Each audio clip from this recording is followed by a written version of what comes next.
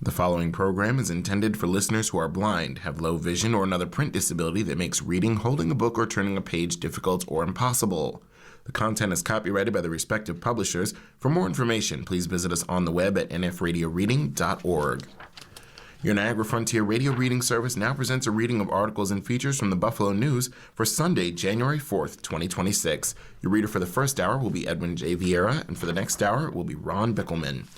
First, a look at the weather. A couple of flurries during the morning, otherwise low clouds most of today with a high of 27. Low clouds tonight and a low of 19, with intermittent snow and flurries starting up the work week tomorrow on Monday, with a high of 32 and a low of 29. There'll be some accumulation, at least up to an inch, with untreated surfaces will be slippery.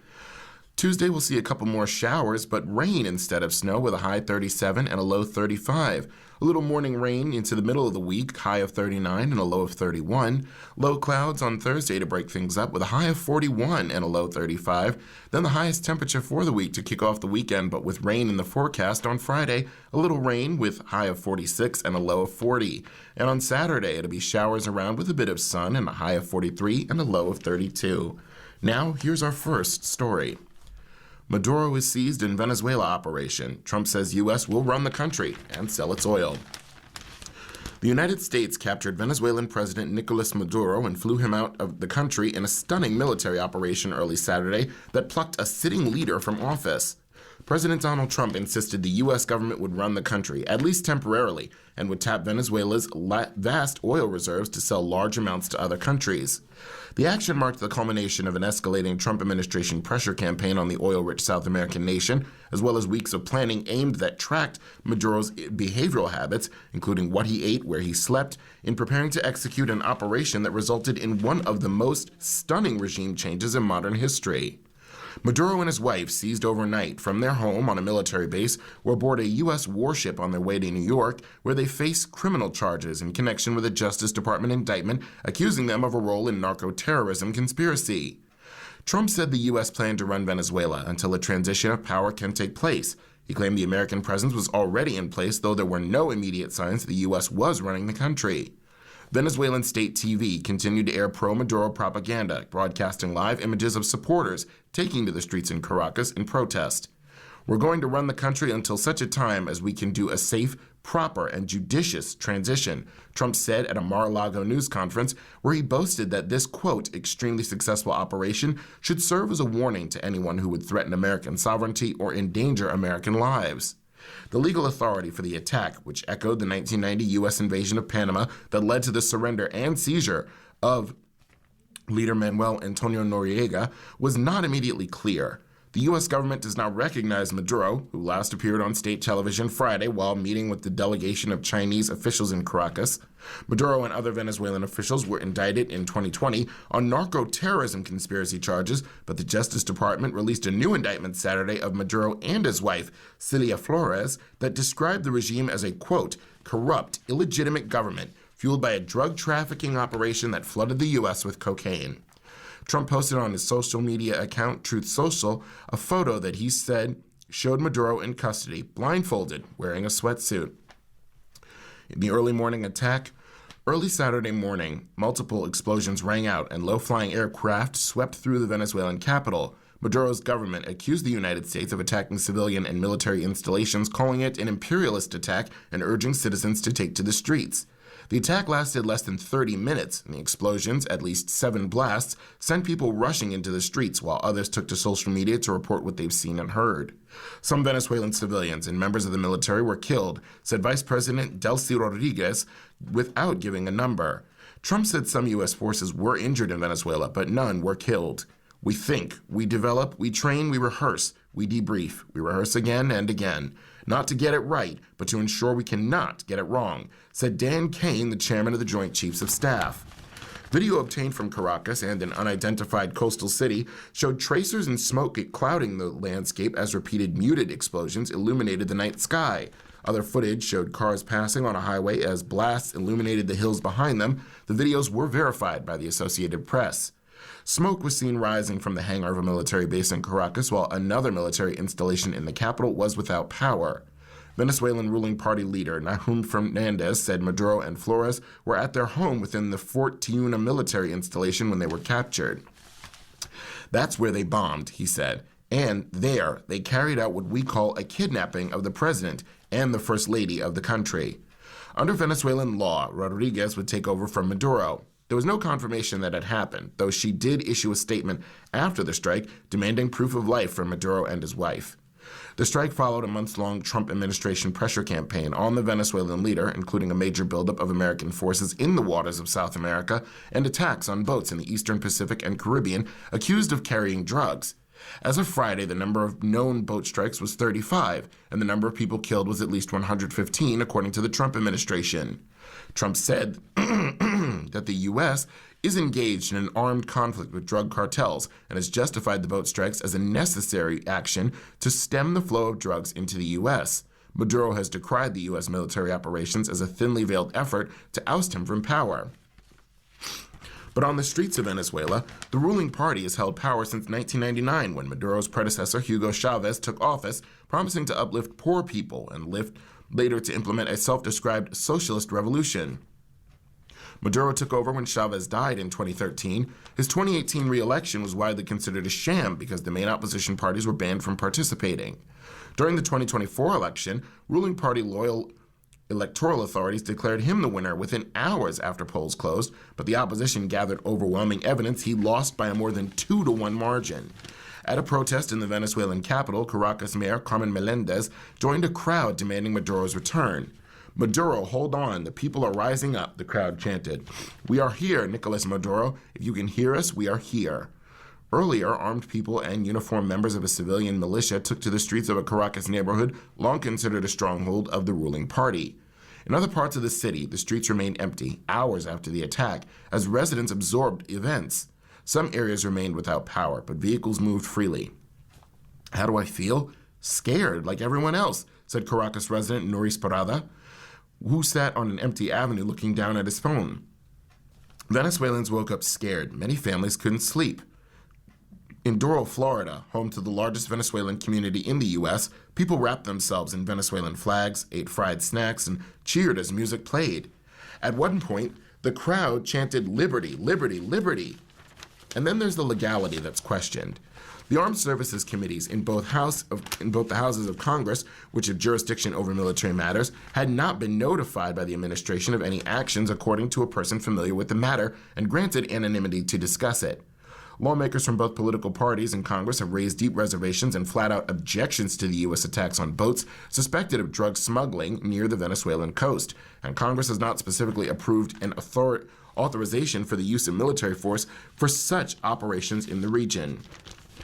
Connecticut Representative Jim Hines, the top Democrat on the House Intelligence Committee, said he had seen no evidence that would justify Trump striking Venezuela without approval from Congress and demanded an immediate briefing by the administration on its, quote, plan to ensure stability in the region and its legal justification for doing so. Deputy Secretary of State Christopher Landau said the military action and seizure of Maduro marks a new dawn for Venezuela, saying that the tyrant is gone. He posted on X hours after the strike. His boss, Secretary of State Marco Rubio, reposted a post from July that said Maduro is not the president of Venezuela and his regime is not the legitimate government. Cuba, a supporter of the Maduro government and a longtime adversary of the United States, called for the international community to respond to what President Miguel Díaz-Canel Bermudez called the criminal attack. "Our zone of peace is being brutally assaulted," he said on X. Iran's foreign ministry also condemned the strikes. President Javier Milei of Argentina praised the claim by his close ally Trump that Maduro had been captured with a political slogan he was often using to celebrate right-wing advances: "Long live freedom." Residents left grappling with the damage left behind. When Nicolas Maduro assumed Venezuela's presidency in 2013, the country was deeply unsettled after years of political polarization under Hugo Chavez, marked by shrinking freedoms and violent crackdowns on dissent. But as it turned out, Venezuelans had seen nothing yet. Following Chavez's death, Venezuela entered one of the most dramatic political, economic, and humanitarian collapses in modern history by falling oil production and entrenched corruption. But his administration's response, defined by economic mismanagement, rigid ideological controls, and deepening authoritarianism sharply accelerated the country's unraveling. Over the past decade, Venezuela's economy has contracted by roughly 80%. Hyperinflation surged into the millions of percents. Food and medicine became scarce, triggering widespread hunger, preventable deaths, and the rise of a barter-based informal economy. Although inflation has since eased, deep structural weaknesses, massive debt, crumbling infrastructure, and near total dependence on oil remain firmly embedded.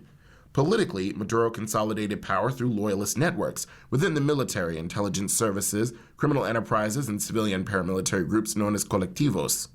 Opposition parties faced arrests, exile, disqualification, and the systemic dismantling of democratic institutions. Elections were riddled with irregularities, media censorship intensified, and civil society groups operated under constant threat. The disputed 2024 presidential election ignited nationwide protests and a sweeping government crackdown. Humanitarian conditions pushed more than 7 million Venezuelans to flee, creating one of the world's largest displacement crises. Internationally, Maduro's government grew increasingly isolated, relying on support from Russia, China, Iran, and Cuba, while facing extensive U.S. and European sanctions. Now with Maduro captured by the United States and flown out of the country, Venezuelans are left wondering whether his sudden disappearance could mark the end of a socialist regime that ruled for more than 2 decades. While the answer remains unclear, analysts broadly agree Venezuela requires a dramatic political shift to close a grim chapter that hollowed out democratic institutions, criminalized dissent, and presided over an economic collapse that plunged millions into poverty and forced one of the largest migration waves in the world. Years in the making. Venezuela's decline can be traced in part to the economic and political controls imposed during Chávez's self-styled Bolivian Revolution. But much of the responsibility lies within the corruption and repression that intensified under Maduro, who proved a more ruthless strongman than his predecessor. Maduro's presidency began with a razor-thin and contested victory. After Chávez's death in 2013, the former bus driver narrowly defeated opposition leader Enrique Capriles with 50.6% of the vote amid accusations of fraud. Venezuela's oil-dependent economy, responsible for more than 80% of export revenues, was already fragile, despite the country holding the world's largest proven crude reserves. When global oil prices collapsed in 2014, the government responded with denial, rigid price controls, and unchecked money printing. Shortages worsened, inflation reached 69%, and the first major wave of protests erupted. More than 40 people were killed as security forces and colectivos cracked down. In 2015, voters handed the opposition a sweeping legislative victory. Rather than accept the result, Maduro turned to the loyalist Supreme Court, which systematically stripped the National Assembly of its powers, accelerating the erosion of democratic checks and balances. Authoritarian drift to dictatorship. Between 2016 and 2018, Venezuela plunged into its steepest descent. The constitutionally permitted recall referendum against Maduro was abruptly halted.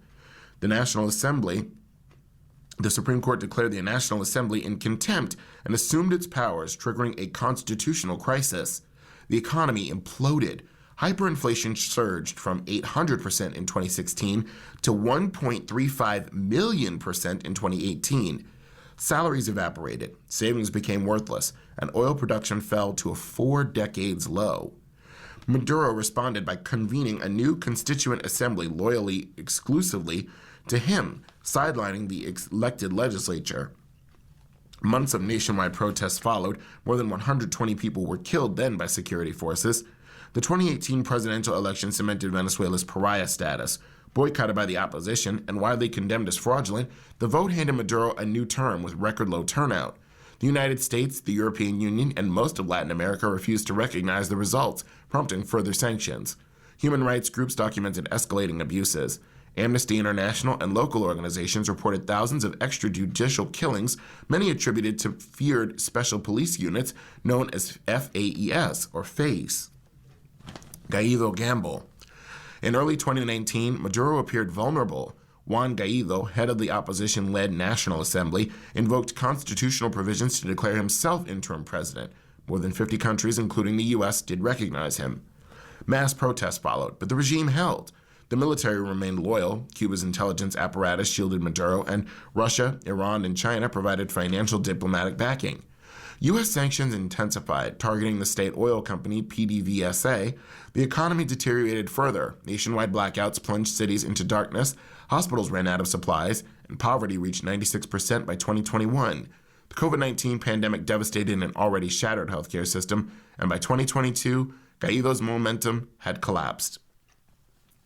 For a nation on the edge, ahead of the 2024 election, Maduro moved to neutralize credible challengers. Maria Corina Machado, the opposition's primary winner, was barred from running. Edmund Gonzalez Urretira, a retired diplomat, became the opposition's substitute candidate. The July vote became one of the clearest cases of electoral manipulation in recent Latin American history. Official results gave Maduro 51%, but independent tallies, leaked data, and assessments from the Carter Center, the United Nations, and the Organization of American States suggested Gonzalez likely won by a wide margin. Protests erupted nationwide. Security forces launched Operation Tuntun, a sweeping crackdown that left at least 24 dead and more than 2,000 arrested. Gonzalez fled to Spain. Machado went into hiding, and the Supreme Court upheld Maduro's victory. Maduro began his third term amid widespread international non-recognition and escalating repression. Civil society groups recorded one arbitrary detention every 32 hours in 2025. Hundreds of political prisoners remain in facilities notorious for torture. While the economy shows faint signs of stabilization, with growth projected at about 0.5%, most Venezuelans see no relief. Basic goods remain costly or scarce, inflation continues to rise and erode wages, and public services remain dysfunctional. You're listening to a reading of today's Buffalo News on your Niagara Frontier Radio reading service. The time for our morning listeners is 9:16 a.m., and for our afternoon listeners, the time is 4:16 p.m. Now to a front page feature. Wrapping up 53 years of fans' hopes and dreams. The building will be gone, but the memories won't go away. Buffalo Bills fan Jason Potch became a local meme when he was caught on camera crying during the broadcast of the team's wild card round game in 2021, Buffalo's first playoff victory in 25 seasons. The longtime season ticket holder at what is now Highmark Stadium was overcome by joy after seeing the team get past years of struggles to win a postseason game during a season wrought by COVID attendance restrictions. Potch believes he's going to experience many of the same emotions when he attends today's 4:25 p.m. regular season finale at home against the New York Jets, which will likely be the Bills' final game in their 53-year-old Orchard Park Stadium. I think about that time now and wonder if I'll cry again someday, said Potch, age 45, of Hamburg, an information technology project manager for the State University of New York and a season ticket holder since 2002. Bills fans, considered some of the most loyal to their team in the NFL, will take the time to soak it all in today. The tailgate and pregame rituals, final walk around the stadium, looking around the bowl prior to the game, being around friends and family, the sights and sounds of the action, from the first to the last whistle, and then the final walkout. It's emotional because I won't be able to walk into there anymore, added Potch, who over his time as a season ticket holder, got married and now has 3 children, ages 12, 10, and 7, who had sometimes been taken to games. I remember going there for the Winter Classic, high school football games, and concerts. The building will be gone, but the memories won't go away. While Highmark Stadium may be one of the oldest NFL stadiums and most antiquated, it also holds 53 years of memories. A lot of those memories represent mirrors of fans' lives. No Super Bowl banners have been hung in there and in that time, and the team endured some lean stretches, including a 17-year playoff drought that began in the early 2000s. But the AFC title-winning teams of the early 1990s and the Bills becoming a championship contender again in more recent seasons have certainly provided some unforgettable moments. It is a slab of concrete, and that's about it, but it's a fun stadium, said Thomas Kalachia, age 39, a Buffalo attorney who started regularly going to games at age 16. There's not many of these stadiums left, and it just feels like a better place to watch football. I'm excited for the new stadium, but it'll never be the same. Fans have been able to get front row seats to the construction of the more than $2 billion stadium going up across the street on Abbott Road. It's still weird to think that it's going to be the last game at the stadium, the only stadium I have known, said Phil Pantano, a PR specialist who will be taking his 20-year-old son to a game for the first time today. It's opened in 1973, and I was born in 74. It's strange to think that even though we're seeing this new stadium take life in real time, that rich stadium, as a lot of people still call it, isn't going to be there. While around 75% of season ticket holders have purchased a seat license for the right to buy seats for the new stadium set to open in 2026 this year, there are fans, including longtime season ticket holders, who will not be coming over. Michael Wojcicki, a retired teacher who's a 43-year-old season ticket holder in his 60s, knows today may be the last game he attends. He's going with his brother and friends since the early 1980s, but they decided against purchasing a PSL for the new stadium. It's sad that it's coming to an end. There's a lot of memories, Wojcicki said. We've sat through the thick and thin and just enjoyed going from the tailgate to the game to after the game, and the talk about what the team could have done better. Jeremy Sasadiak already knows what it feels like to sit through his last game at Highmark Stadium. Last Sunday's rain-soaked 13-12 loss to the Philadelphia Eagles. He's a season ticket holder of 13 years, but he gave his seats for today's game to his nephew as a gift. It felt weird. I compare it to leaving your childhood home, said Sasadiak, Deputy District Director for State Senator April Baskin. You have your final moments with the place and are fond of all the memories, and it's very bittersweet. And now on to world news. More Saudi strikes hit separatist positions in Yemen. Southern separatists in Yemen said Saudi warplanes carried out new airstrikes Saturday on a military camp in the port city of Mukalla and other areas where their forces are stationed as Saudi-backed forces move to retake the city.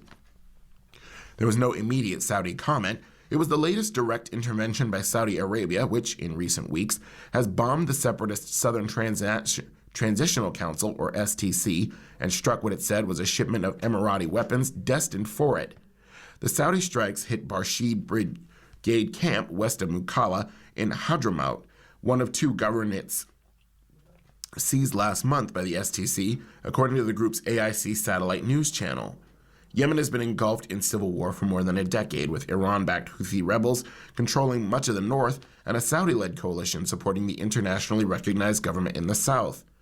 But coalition member the United Arab Emirates also supports the separatists, who call for South Yemen to secede again from Yemen.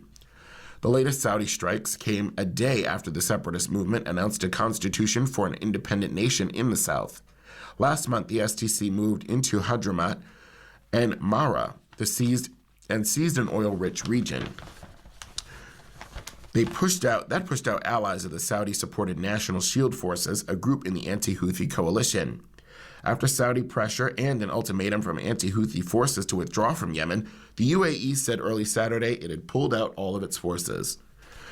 The tensions in Yemen have further strained ties between Saudi Arabia and the UAE, neighbors of the Arabian Peninsula that have competed over economic issues and regional politics, particularly in the Red Sea area.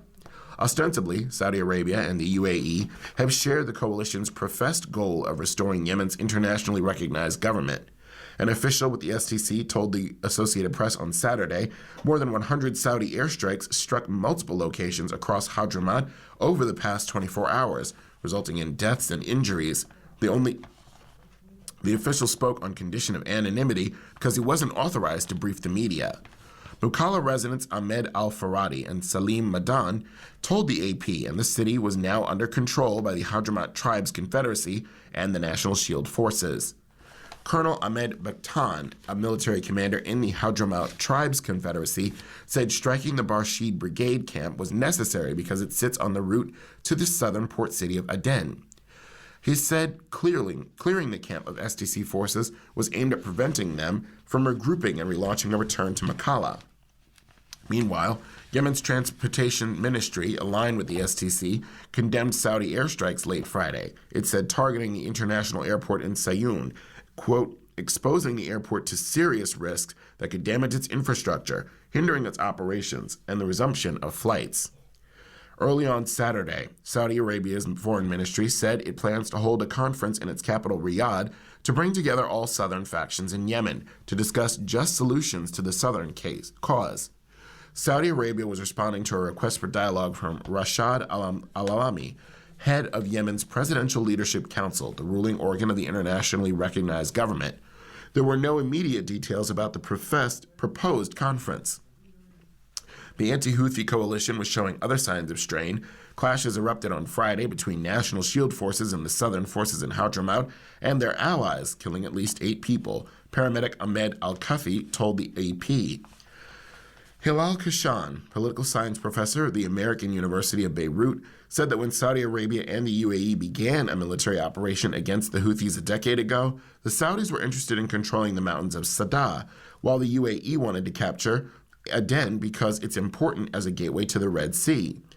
Kashan said the situation got out of control in recent weeks when the UAE-backed STC started capturing areas in Hadramaut that bordered the kingdom. For the Saudis, that was a red line, Kashan said, adding the Saudis felt that they were being held captive between the Houthis in the north and the UAE in the south. They decided to stop the UAE from its regional expansionism, he said. Iran's leader. Rioters must be put in their place. Iran's supreme leader insisted Saturday rioters must be put in their place after a week of protests that have shaken the Islamic Republic, likely giving security forces a green light to aggressively put down the demonstrations. The first comments by 86-year-old Ayatollah Ali come as violence surrounding the demonstrations sparked by Iran's ailing economy has killed at least 10 people. The protests show no sign of stopping and follow U.S. President Trump warning Iran on Friday if Tehran violently kills peaceful protesters, the U.S. will come to their rescue. While it remains unclear how and if Trump will intervene, his comments sparked an immediate angry response with officials within the theocracy threatening to target American troops in the Middle East. They also take on new importance after Trump said Saturday the U.S. military captured Venezuelan President Nicolas Maduro, a longtime ally of Tehran.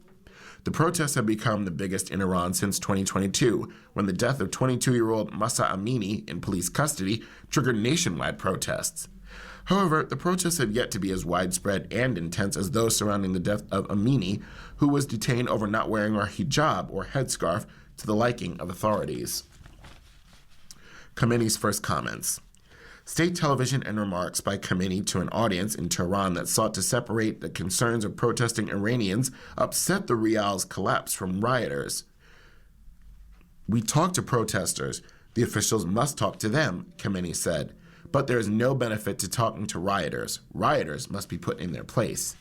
He also reiterated a claim constantly made by officials in Iran that foreign powers like Israel or the United States were pushing the protests without offering any evidence. He also blamed the enemy for Iran's collapsing rial. A bunch of people incited or hired by the enemy are getting behind the tradesmen and shopkeepers and chanting slogans against Islam, Iran, and the Islamic Republic, he said. That is what matters most. Iran's paramilitary Revolution Guard ranks include the all-volunteer Bashi forces, whose motorcycle riding members have violently put down protests like the 2009 Greve movement and the 2022 demonstrations. The Guard answers only to Khamenei. Hardline officials within the country are believed to have been pushing up for a more aggressive response to the demonstrations, as President Masoud Pezeshkian has sought talks to address protesters' demands. But bloody security crackdowns often follow such protests. Protests over a gasoline price hike in 2019 reportedly saw over 300 people killed. A crackdown on the Yemeni protests of 2022, which lasted for months, killed more than 500 people and saw over 22,000 detained. Iran has no organized domestic opposition. Protesters are likely acting spontaneously, the Eurasia Group said in an analysis Friday. While protests could continue or grow larger, particularly as Iran's economic outlook remains dire, the regime retains a large security apparatus and would likely suppress such dissent without losing control of the country. Overnight deaths. 2 deaths overnight into Saturday involved a new level of violence. In Qom, home to the country's major Shiite seminaries, a grenade exploded, killing the man there, the state-owned Iran newspaper reported. It quoted security officials alleging the man was carrying the grenade to attack people in the city some 80 miles south of the capital, Tehran. Online videos from Qom reportedly showed fires in the streets overnight. The second death happened in the town of Harsin, some 230 miles southwest of Tehran. There, the newspaper said a member of the Bahi, the all-volunteer arm of Iran's paramilitary Revolutionary Guard, died in a gun and knife attack in the town of Kermanshah province. Demonstrations have reached over 100 locations in 2022 in 22 of Iran's 31 provinces, the U.S.-based human rights activist news agency reported. The protests, taking root in economic issues, have heard demonstrators chant against Iran's theocracy as well. Tehran has had little luck in propping up its economy in the months since its June war with Israel, in which the U.S. also bombed Iranian nuclear sites in Iran. Iran recently said it was no longer enriching uranium at any site in the country, trying to signal to the West that it remains open to the potential negotiations over its atomic program to ease sanctions. However, those talks have yet to happen, as Trump and Israeli Prime Minister Benjamin Netanyahu have warned Tehran against reconstituting its atomic program. You're listening to a reading of the Buffalo News on your Niagara Frontier Radio Reading Service. The time for our morning listeners is 9:30 a.m., and for our afternoon listeners, the time is 4:30 p.m. Postal workers continuing to wait for protections after death. More than 2 years after a Dallas postal worker died from heat exposure on the job, U.S. letter carriers say the U.S. Postal Service has yet to take steps required to fully protect them when the temperature and humidity soar. The 2023 death of Eugene Gates Jr. prompted a federal citation and $15,625 in a fine against the USPS, along with renewed calls from union leaders and lawmakers for stronger heat safety standards. Carla Gates said her husband's death still hangs over their home and has driven her call for stronger heat protections so other workers are not exposed to a workplace death trap. The USPS contested the OSHA citation, and it's negotiating a settlement. Kemetra Lewis, president of the National Association of Letter Carriers, Lone Star Branch 132, hopes any resolution includes a commitment to real action. We would like some strong language that will assure us that Postal Service will follow all the rules and policies that are in place and ensure the letter carriers are safe, Lewis said. The case has become a test of whether the Postal Service will move beyond awareness campaigns and training programs to embrace robust safeguards sought by unions that include clearer authority for carriers to pause work during dangerous heat. It also has sharpened demands for a national standard protecting all workers who toil in high heat, a worry in Texas and other states that experience brutally scorching summers. The USPS has declined to comment on details of the OSHA citation, which alleged it failed to protect workers from high heat, intense humidity, and direct sun exposure on June 20th, 2023.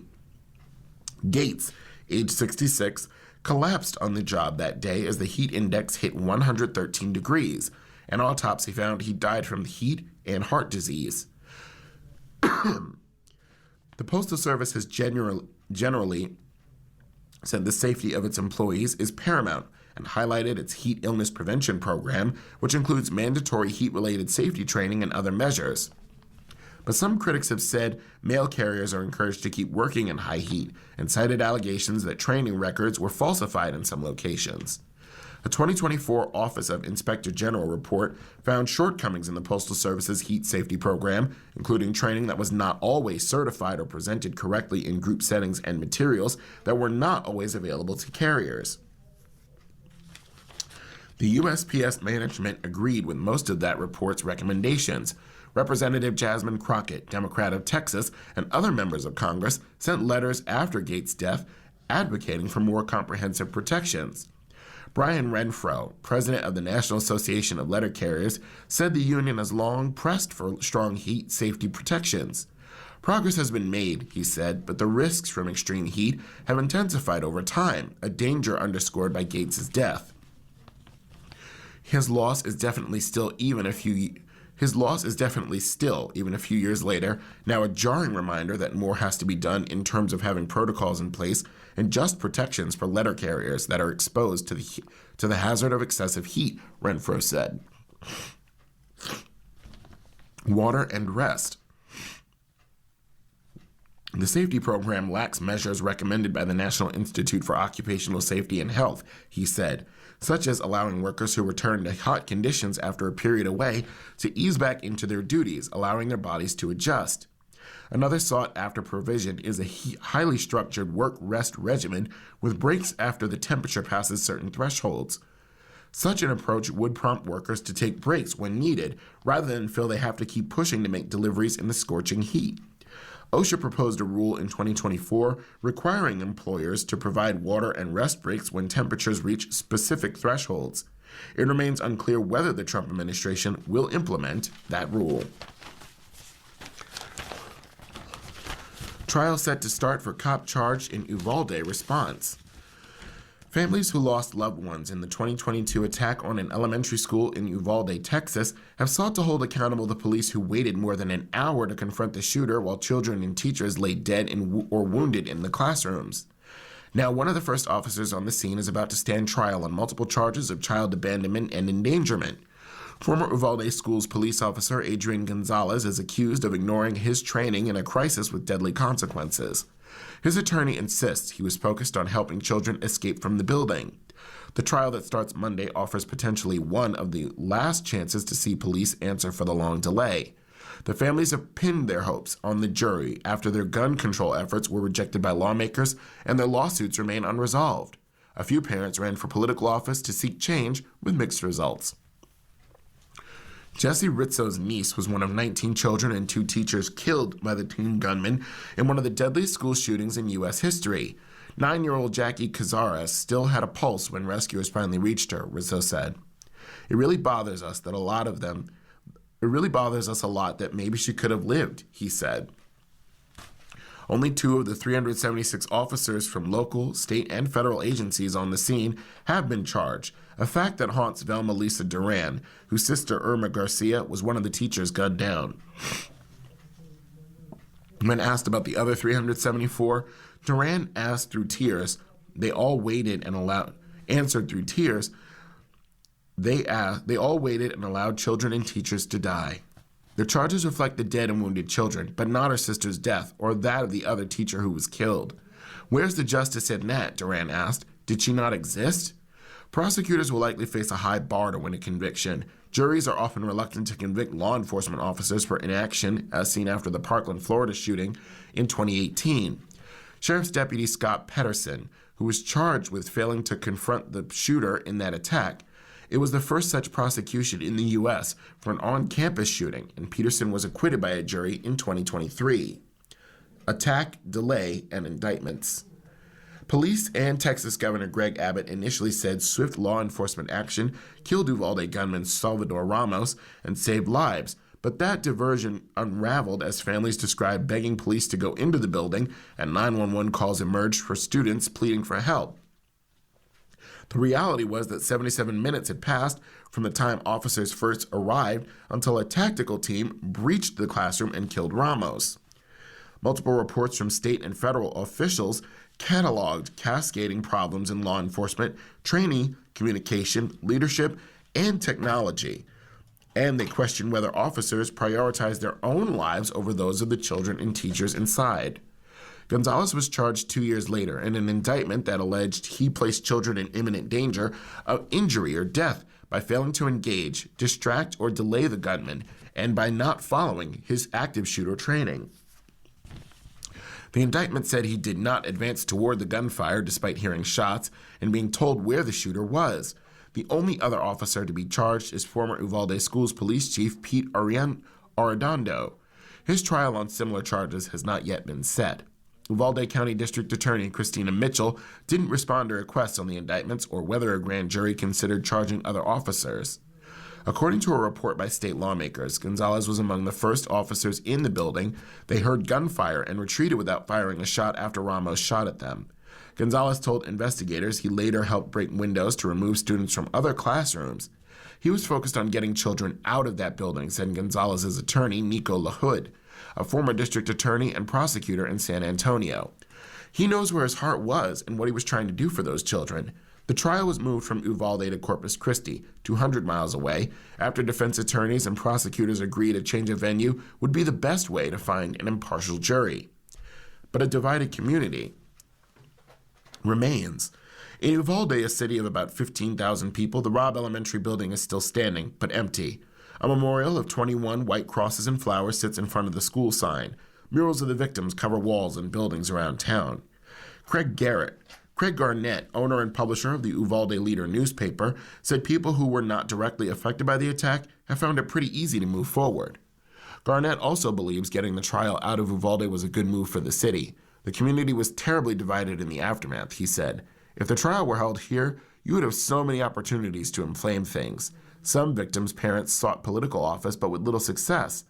Javier Casares, Jackie's father, ran unsuccessfully in 2022 for the Uvalde County Commission as a writing candidate on a platform that called for more rigorous police training.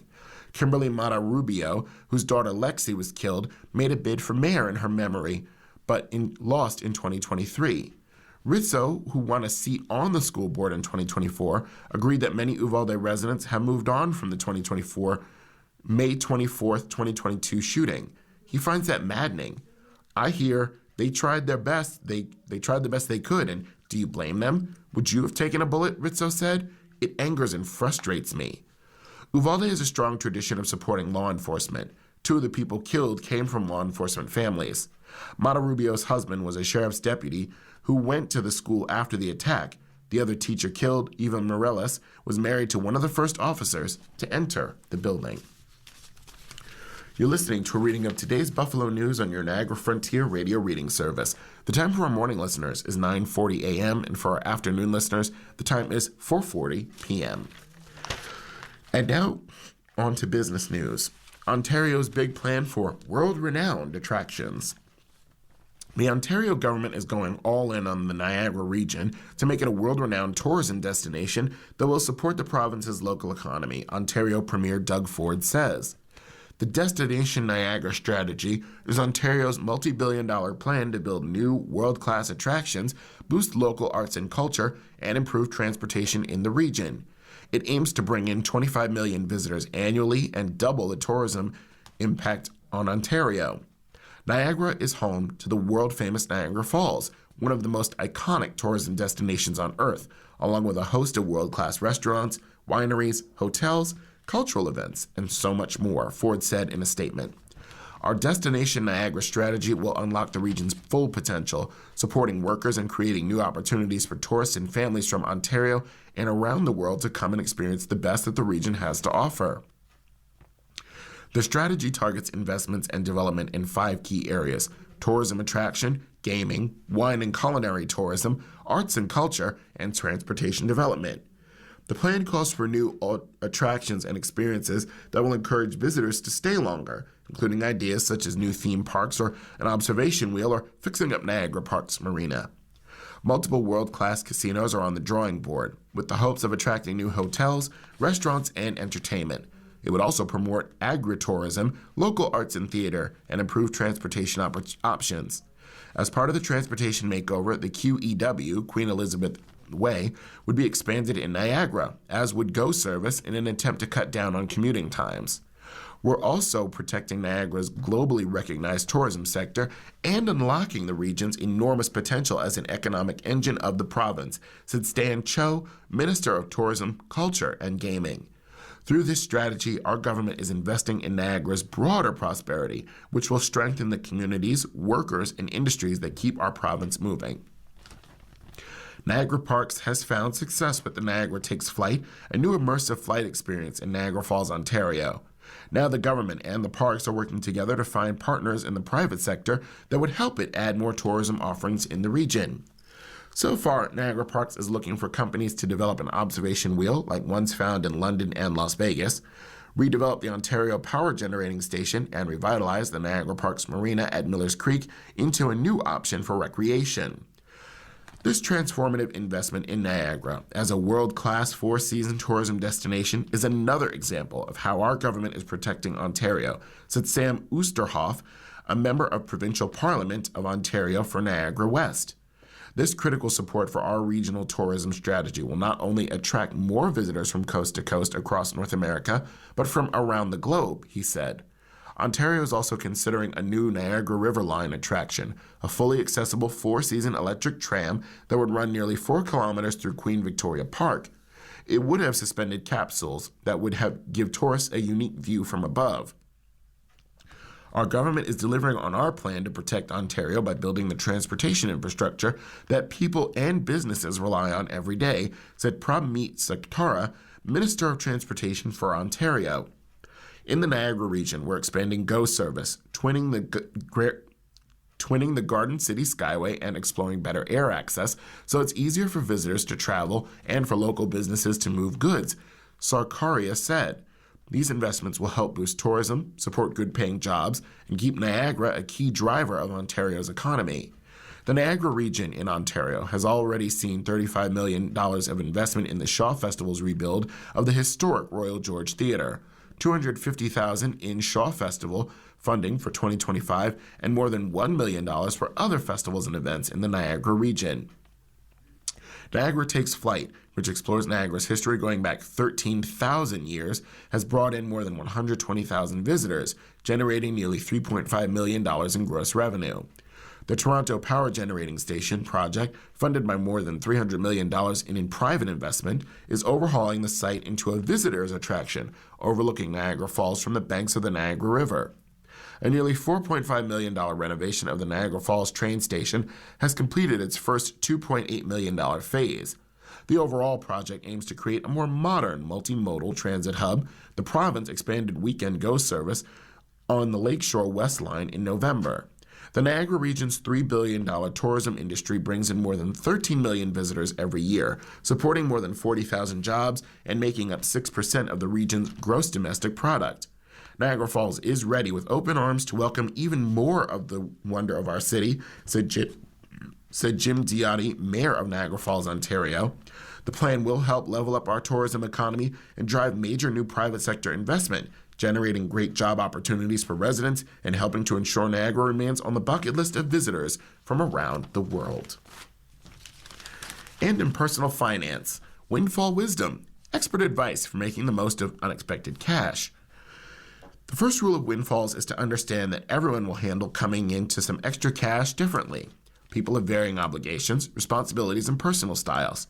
We have 73 households we work with, said James Bryan, a certified financial planner with Highland Lake Partners in Edina, Minnesota. The answer is going to be different for each and every one of them. That said, there are some helpful rules of thumb. Don't start spending money right away, for instance. I'd suggest the person take a step back to soak it all in, says Uziel Gomez, a certified financial planner with Primeros Financial in Los Angeles. Whether it's an inheritance or a lotto win, he says, there will be plenty of emotions at play. But not every windfall is a life-changing amount, but even a small payout can make a difference. Here's a solid plan for handling an unexpected financial boost. Check the tax situation. Before you allocate your cash, talk to an accountant or financial advisor to see what you might owe in taxes. It's not a popular answer, says Bill Shafransky, a certified financial planner with Monaco Advisors in New Canaan, Connecticut, but it's the right answer. Different types of windfalls get different tax treatments. You might not owe taxes on a cash inheritance or a life insurance payout, but if it's a large bonus or a lottery prize, you'll pay taxes on the proceeds just like regular income. Shafransky recalls an acquaintance who won a large sum and sank it all into a house, not realizing he'd have a big tax bill the following year. When tax time arrived, all his cash was tied up in his property. His parents had to get a home equity line of credit on their own home, Shafransky says. Pay off debt. Once you understand the tax situation, consider focusing on debt. If you have any liabilities like car loans, high-interest credit card debt, student loans, and home equity loans, get rid of them, Bryan says. An old professor of mine long ago said there are two types of people in this world, those that pay interest and those that earn it, Bryan said. Absolutely eliminate every liability you can. If you have no other debts, but your windfall may pay off your mortgage, Bryan suggests knocking that debt out as well. Paying that balance off can be freeing, he says. When people are debt-free, there's a glow about them when they walk into your office, Bryan says. Another piece of advice, top up emergency savings. Bryan recommends having enough money to cover at least 3 months' worth of living expenses in case life throws you a curveball. Your car breaks down, you lose your job, you get sick for a period of time. My priority is just to create a cash cushion for insurance against those rainy moments that we all encounter in our lives, Bryan says. Nobody goes through life without that. Because some people feel uncertain about the economy and jobs right now, Gomez talks to clients about how long it would take them to find a job if they were laid off. The longer it might take, the bigger your emergency fund should be. The rule of thumb is typically 3 to 6 months, Gomez says. I'm having clients reevaluate and see if they need anything more. As part of our newspaper reading, we now present the day's death listings. If you need further information on any of these names, call us at 716-821-5555. Again, that number is 716-821-5555. Ibrahim A. Alami, Muhammad O. Alsani, Kenneth A. Ames, Lois J. Blake, nee Herring, Arlene M. Bokuki, nee Ahrens, Joanne Brenner, Robert P. Brooks, Richard D. Butchbinder, Lawrence W. Larry Campbell, Robert B. Cliff, Agnes G. Cobbler, retired Colonel Jacob L. Cooper, Kenneth Corkins, Carol Deliri, John DiNardo, Peter J. Digert, Mary Lee Evans, nee Herbal, Lee J. Fisher, Mark Flint, E. Marie France, nee Ansett, Dorothy F. Garvey, nee Farnham, Anthony Gervais, Timothy L. Hare, Bonnie M. Hawkins, nee Harrington, John J. Heidinger, Joseph Donald Hennigan, Michael A. Hotham, Franklin J. Huss, David L. Isbrant, Madeline Carol Jordan, John D. Kentnowski, Karen A. Keppel, John P. King, Michael G. Kirsch, Donna Edith Kish, Cornelius J. Neil Lang, Esquire, Pandora D. Leake, nee Anderson, Jose Lugo, Donna L. Luke, nee Fink, Delina Lindy McFarland, Clapp, Carol Lynn Mahoney Kettenstein, Moira Mahoney, Brian A. Maloney, Diane M. Marchio, nee Christini, Richard A. McClive, Vita M. Milkey, nee Maggiato, Thomas R. Momberger, John Jack Morinello, Charles James Mustaller, Joyce M. Natwara, Isabella Notaro, Nada F. O'Brien, Vivian F. Peterman, nee Fay, Betty Ann Polichet, nee Jumper, Sharon A. Rader, Senchaway, Brasovitz,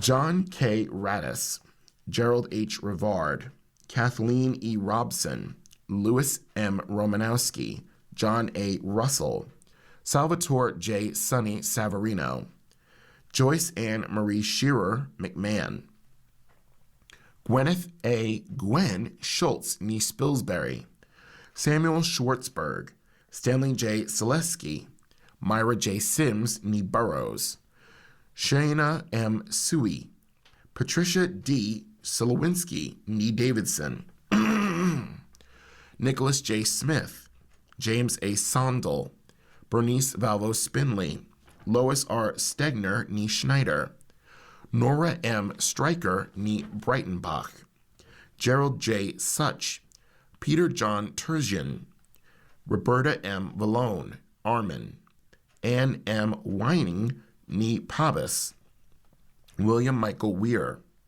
Anthony Whitaker, Rodney E. Stelrecht, Dr. David M. Weissich, David F. Wojcik, Carol Ann Woods, Henry M. Wimes Jr., M.D. If you need further information on any of these names, call us again at 716-821-5555.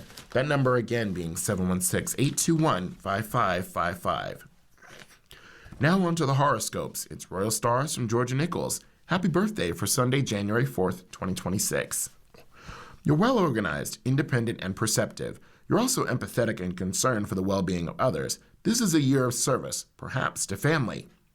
The stars show the kind of day you'll have. 5 being dynamic, 4 is positive, 3 is average, 2 is so-so, and 1 is just difficult. For Aries, it's a 4-star day. This is an exciting day. It's the best day of the year so far, and an excellent day for fun outings, movies, the arts, sports events, playful times with children, and of course, romance, romance, romance. Tonight, socialize. For Taurus, a 3-star day. Today, you'll have strong desires to travel and do something different.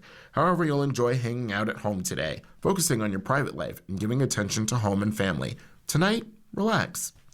4 stars for Gemini. You're keen to talk to others today. Admittedly, conversations might be a bit zealous, but that's the tenor of the day. Tonight, conversations.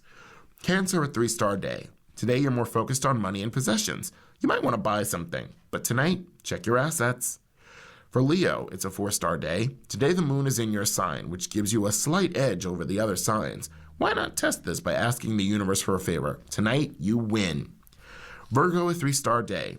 This might be the best day of the year so far, which is why you might get invitations to schmooze and enjoy fun times. Ironically, you might prefer to be alone and hide behind the scenes. Tonight, privacy. Libra, a 4-star day. Friendships are important to you. You might entertain at home because you have a strong emphasis on home and family right now. Tonight, friendships. For Scorpio, a 4-star day. You have high vis today. People notice you more than usual. Do be aware that some people will know personal details about your private life. Tonight, you're admired. Sagittarius, a 4-star day. You're the traveler of the zodiac, and today you crave a change of scenery. Be a tourist in your own neighborhood, if nothing else. Tonight, explore. 3 stars for Capricorn. You hold all the cards for now because 4 planets are in your sign. Enjoy talking to others because you will exude enthusiasm and energy. Tonight, check your finances. Aquarius, a 4-star day. Because the moon today is opposite your sign, you will have to go along with others. You might even have to go more than halfway when dealing with someone. Tonight, cooperate. Pisces, a 4-star day. Today is the best day of the year, New Year so far. Spontaneous moments that offer you a chance to enjoy the company of a friend or members of groups will delight you. Make time for enjoyment, but also to get organized as well. Tonight, work. And for today in history, on this date, January 4th, in 1853, New Yorker Solomon Northup regained his freedom after being kidnapped in Washington, D.C. and forced into slavery in 1841. He would later tell his story in the memoir, 12 Years a Slave. In 1896, Utah was admitted as the 45th state after the Church of Jesus Christ of Latter-day Saints officially ended the practice of polygamy. In 1948, Burma, now known as Myanmar, marked its independence from Great Britain. In 1965, President Lyndon B. Johnson delivered his State of the Union address in which he outlined his Great Society initiative. In 1974, President Richard Nixon refused to hand over tape recordings and documents subpoenaed by the Senate Watergate Committee. In 1999, Europe's new currency, the euro, got off to a strong start on its first day of trading, rising against the dollar on world currency markets. In 2006, Israeli Prime Minister Ariel Sharon suffered a stroke. His powers were transferred to Deputy Ahmed Omer. Sharon remained in a coma until dying in 2014 in January. In 2007, Nancy Pelosi was elected the first female Speaker of the House as Democrats took control of Congress. And in 2010, the Burj Khalifa, also known as the Burj Dubai, became the tallest structure in the world at 2,717 feet tall, opening in the United Arab Emirates. And now from the Political Notebook. Judge will not release accused pipe bomber. In Washington, a federal magistrate judge on Friday refused to order the pretrial release of a man charged with planning 2 pipe bombs outside the headquarters of the Democratic and Republican national parties on the eve of the Capitol riot on January 6, 2021. U.S. Magistrate Judge Matthew Sharburg ruled that Brian J. Cole Jr. must remain jailed before trial. The magistrate concluded there are no conditions of release that can be reasonably protected the public from the dangers that Cole allegedly possesses.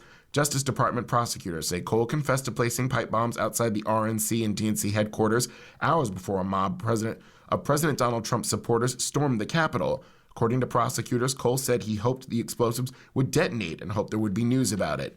Mercifully, that didn't happen, Sharburg wrote, but if the plan had succeeded, the results, he said, could have been devastating, creating a higher sense of terror on the eve of high-security congressional proceedings, causing serious property damage in the heart of Washington, D.C., grievously injuring DNC or RNC staff and other innocent bystanders. After his arrest last month, Cole told investigators he believed someone needed to speak for people who believed the 2020 election, which Joe Biden won, was stolen, and that he wanted to target the country's political parties because they were in charge, according to prosecutors. If convicted, Cole faces up to 10 years of imprisonment on one charge and up to 20 years imprisonment on a second that also carries a 5-year mandatory minimum prison sentence. Cole's attorneys asked for him to be released on home detention with GPS monitoring. They said Cole doesn't have a criminal record but has been diagnosed on the autism spectrum and with obsessive-compulsive disorder and lives with his parents in Woodbridge, Virginia. You've been listening to a reading of articles from the Buffalo News for Sunday, January 4th on your Niagara Frontier Radio reading service. We'll return for more readings after this short break. Your reader for this hour has been Edwin J. Vieira. Stay tuned for Ron Bickelman in the second hour.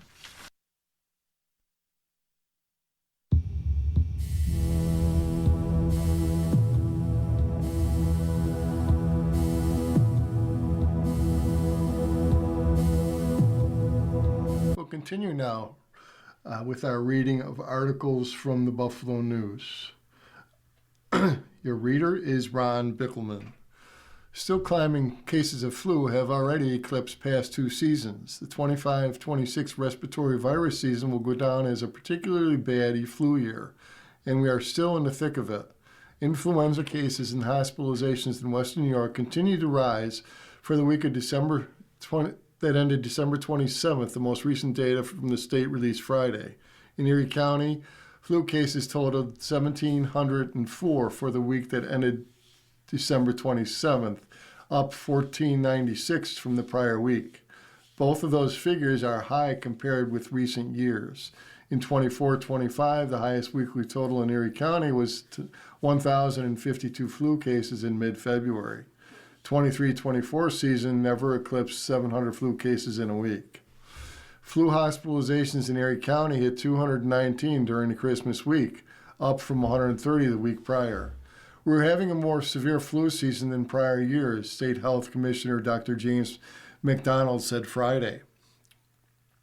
Looking statewide, there are more than 4,500 flu hospitalizations for the week that ended December 27th, the highest number recorded in a single week. The week before, there were more than 3,600 flu hospitalizations statewide. In terms of flu cases, the state recorded more than 49,000 for the week that ended December 27th. In good news, there was a drop from more than 72,000 in the week prior, the highest weekly number since flu cases started getting tracked in 2004, the health department said. This is still the time to get a flu shot. And remember, flu can be treated with antiviral medication if started 48 hours of symptom onset and your doctor deems appropriate, McDonald said. Young children, pregnant women, people with chronic medical conditions, and those 65 and older are most at risk of developing serious complications from flu.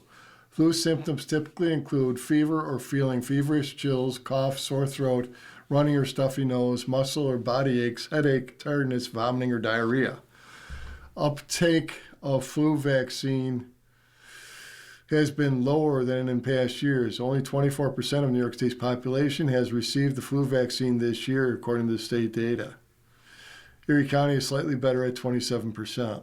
Low vaccination rates, waning immunity, and a rapidly circulating variant called Subclade K, a subgroup of influenza A, H3 and N2, are some of the factors behind the severe flu season.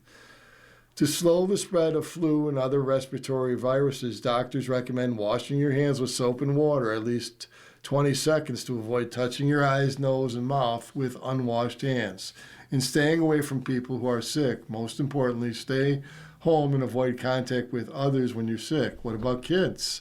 The flu season has hit the pediatric population hard.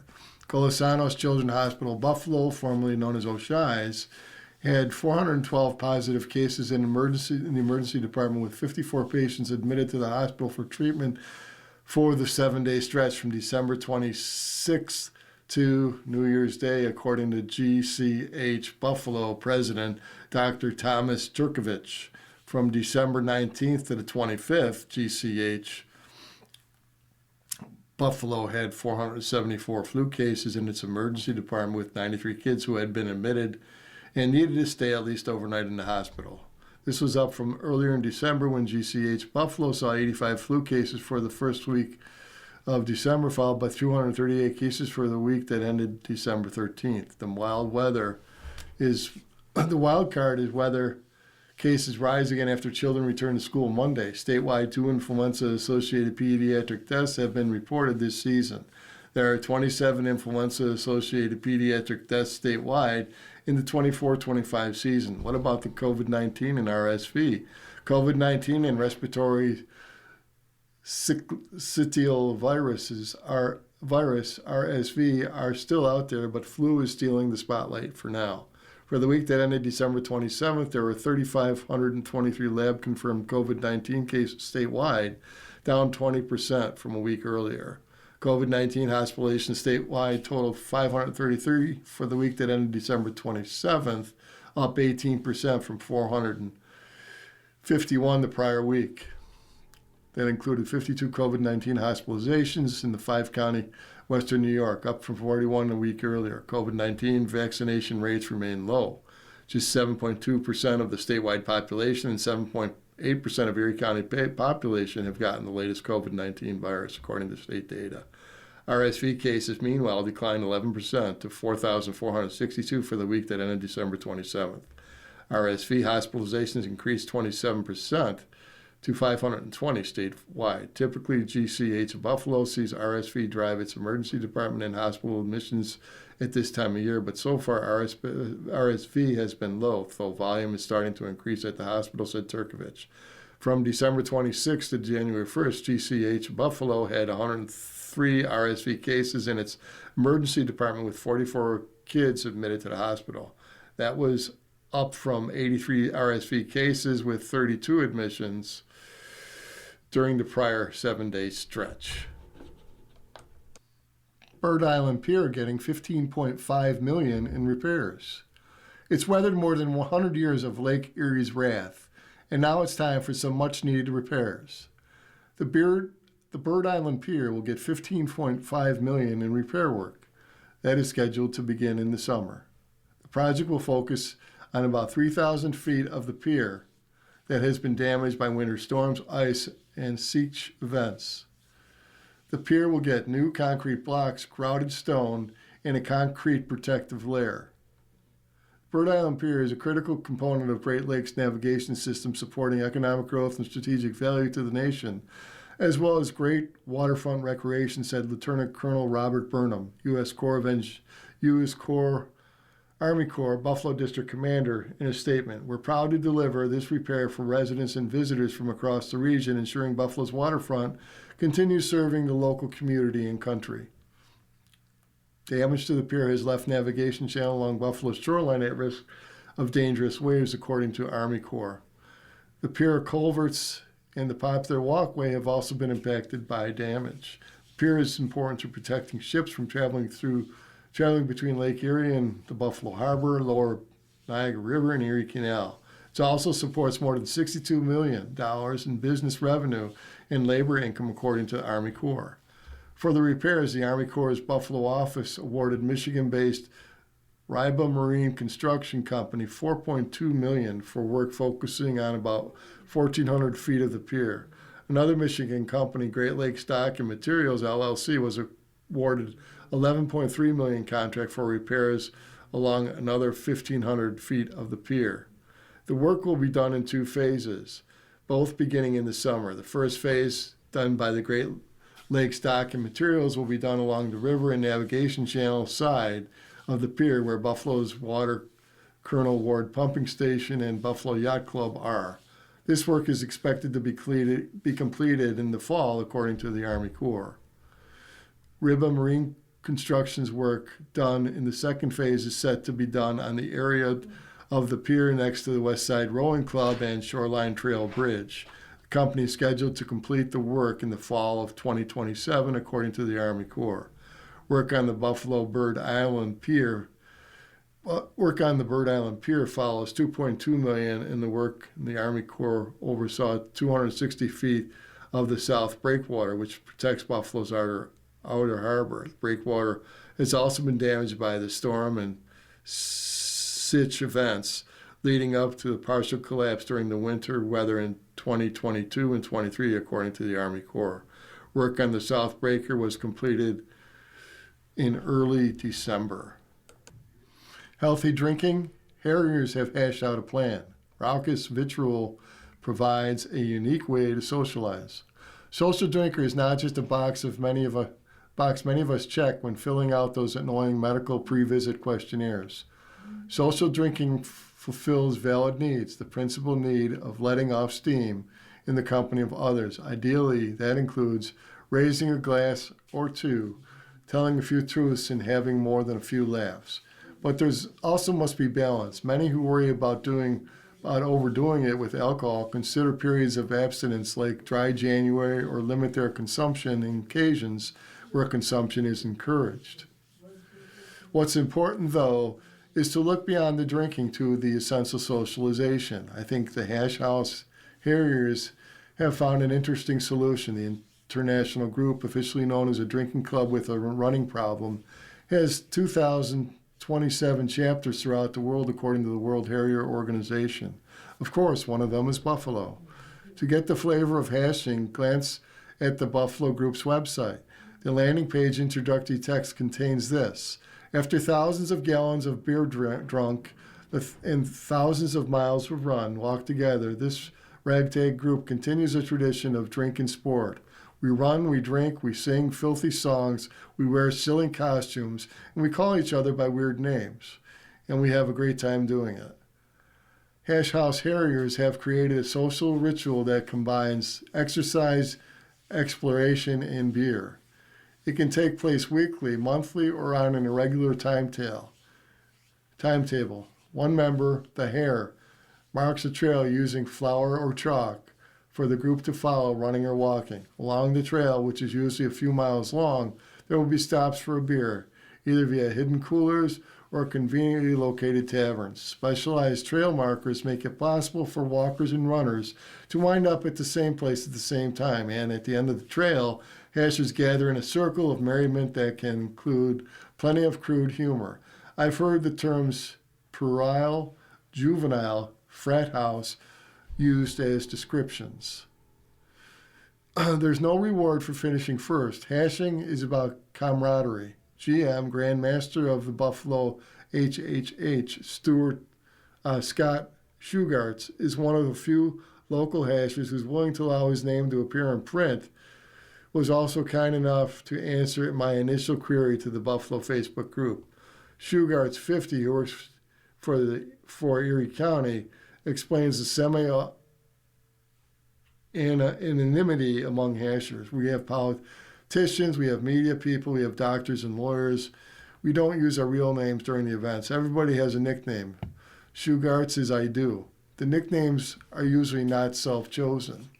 On a Friday night hash in Allentown that I joined previously, temps were in the mid-teens. Poseidon Adventure told me that she was christened during a Grand Island hash when she was briefly immersed in the Niagara River. Other hashers that night besides GM Shugarts included Sad Sack, Quick Swallow, Dr. Meat Rocket, and yet to be nicknamed Katie Crespin. I did not envy them from the frigid journey along the 1.5-mile trail that started in Days Park and ended in Founding Fathers, but the group was energetic and clearly having a good time. In some groups, calling one another hashers by their real names on the trail can carry a penalty of having to drink an extra beer at the end of the hash, possibly while sitting on a block of ice. The Buffalo Kennel, as individual chapters are known, was founded somewhere between 1984 and 1990, but the origins of hashing go back to 1934, when a running tradition called Hares and Hounds, based in hunting practice, was started by British expatriates and soldiers posted in Kuala Lumpur, Malaysia. The group went on to hiatus during the Japanese occupation, but got back together in 1950 and formalized this mission statement: to promote physical fitness among our members, to get rid of weekend hangovers, to acquire a good thirst and satisfy it with a beer, to persuade other older members that are not as old as they feel. Shugarts has been hashing for about 7 years. I've been having a rough time. I was having a rough time, he recalls. I Was about to go through a divorce, so I was looking for some way to get out, some people to meet, make new friends, a little activity, a little interest in life. I joined a Google Meetup group for Buffalo Hash House Harriers. 2 weeks later, I went to my first hash, and a year later, I managed to become GM of the group, basically because of the existing one decided that, hey, now you're the GM when he left. Getting out of the house is a common motivation. I had a vague idea of hashing a few years ago when around 2021 I noticed Zoe Lavatelli Leach, daughter of the Buffalo-based artist Mark Lavatelli, and Pelly Little, was posting about it on her Facebook page. When I reached out for this article, Leach 40 told me she's still hashing. It's a silly hobby, but it's good for you, she says. Bad weather is embraced. It's part of the culture. It really gets me out in a winter day more than I normally would. Schubert affirms that this hobby can drive new friendships, obviously getting well beyond the anonymity of the trail. As the GM, Schubert says his favorite hash trails are marked or less familiar terrain as the town of Niagara event that included impromptu mini golf, mini hash. For the purpose of simplicity, I used the general term beer for what's considered an average hash, but participants could as easily be drinking cider, hard seltzer, or anything non-alcoholic. You don't hear much about wine or cocktails, which I imagine would not be easily combined with running or easily any significant distance. A brief exploration will find a relentlessly badass, even pornographic verbiage, or even hashier websites. Princeton's motto is no rest for the weary, no mercy for the stupid. Has it been 14 years, 15? I've drunk too much to remember. And not even the name, 1 or 2 Austin groups could be responsibly repeated in a family newspaper. All the bubble and no speak of hashing's British forefathers would have put it. Despite the naughty jargon, I've heard nothing that indicates hashing is anything but a fun, friendly, and totally harmless hobby. Even if you've never become a hasher, I feel somehow comforted just knowing that this group exists. You're listening to a reading of articles and features from today's Buffalo News on your Niagara Frontier Radio reading service. Time is 16 minutes after the hour. Mary Wilson, finding the right words for her bittersweet goodbye to the Ralph. Right words are elusive on this one. Mary Wilson is searching for them, but as she thinks about the closing of Highmark Stadium, the place she'll always call the Ralph, it's feelings, not sentences, that are flooding her mind.